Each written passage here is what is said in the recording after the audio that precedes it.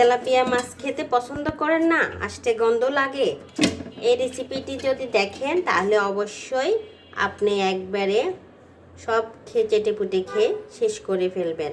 Tilapia মাছটাকে প্রথমে এই যে কেটে সুন্দর করে কেটে কুটে নেবেন। তারপরে এই যে ভিনেগার দিয়ে আর নুন দিয়ে 10 মিনিট ভিজিয়ে রাখবেন মেখে। আমি কিন্তু 10 মিনিটের থেকে বেশি আধা ঘন্টা মেখে রাখছি। এই যে পানিগুলো দেখেন কেমন এই যে নোংরা হয়ে গেছে, সাদা সাদা পানি বের হয়েছে। এই যে দেখেন এভাবে আবার মাঝখান দিয়ে কেটে কেটেও দিয়েছি। এখন আমি পরিষ্কার করে এগুলোকে পানি ছেড়ে ধুয়ে নেব। প্রথমে আমি মাছগুলো ঢেলে নিচ্ছি। এখানে 4টা মাছ বড় বড়। প্রথমে এখানে যে দেখেন মাছগুলা কত বড় বড় করে পিস করে কেটে নিয়েছি। এই যে এভাবে করে কেটে নিয়েছি। এখানে প্রথমে আমি দিয়ে দেবো একটা ম্যাজিক মশলা। ম্যাজিক মশলাটা যখন দিয়ে দেবো তখন দেখা যাচ্ছে খাবারের স্বাদটা দ্বিগুণ হয়ে যাবে, মাছ ভাজার টেস্টটা অন্যরকম হয়ে যাবে। ভাজা করার সাথে সাথে চেটেপুটে খেয়ে শেষ করে ফেলবেন।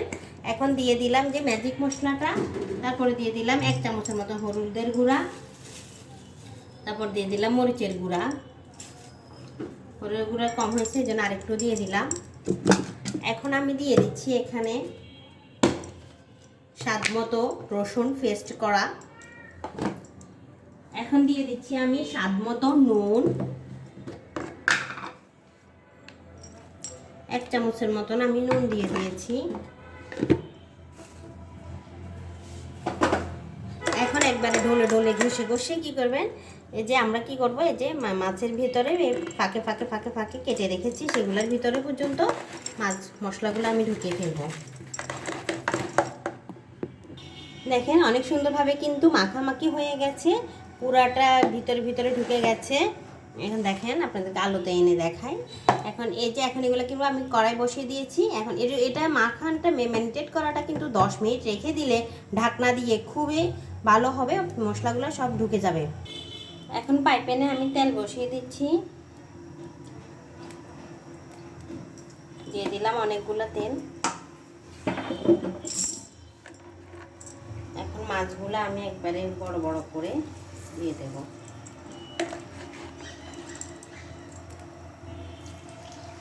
এই পাশে একটা, এই পাশে দিলাম একটা, ও পাশে দিলাম। কেন দিলাম, আমি সোজা সোজা করে দিতে পারতাম, এভাবে দেওয়ার কারণে পুরা মাছটাই আটছে, আরও দেওয়া যাবে। তো ছোট্ট একটা আছে সেটাও আমি দিয়ে দেব, ছোট্ট একটা আছে সেটাও আমি দিয়ে দিলাম। হ্যাঁ, ছোটো এটা দেবো না, এটা দিলে মাছগুলা ভালোভাবে ভাজা হবে না। এই দুইটা দিয়ে আমি ফ্রিভাবে ভেজে নেব। তো দেখেন আমার খুব সহজে কিন্তু তেলাপিয়া মাছের রেসিপিটা কিন্তু তৈরি হয়ে গিয়েছে। দেখেন এভাবে যদি ভাষায় ভাজা করেন, একটা মাত্র মশলা দিয়ে বাচ্চারা হইতে বুড়া হতে সবাই কিন্তু চেটেপুটে খাবে। এটি অনেক সুন্দরভাবে হয়েছে দেখেন। এখন আমি কিন্তু আপনাদেরকে খেয়ে দেখাচ্ছি তেমন অনেক সুন্দরভাবে ভাজাটা হয়ে গেছে, আর খেতেও খুবই টেস্টি হয়েছে। বিসমিল্লাহ।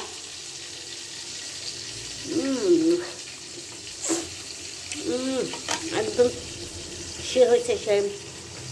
তো এভাবে বসে অবশ্যই বাসায় বানিয়ে খাবেন, বাচ্চাদেরকে খাওয়াবেন, বাসায় যত ফ্যামিলির সবাইকে খাওয়াবেন।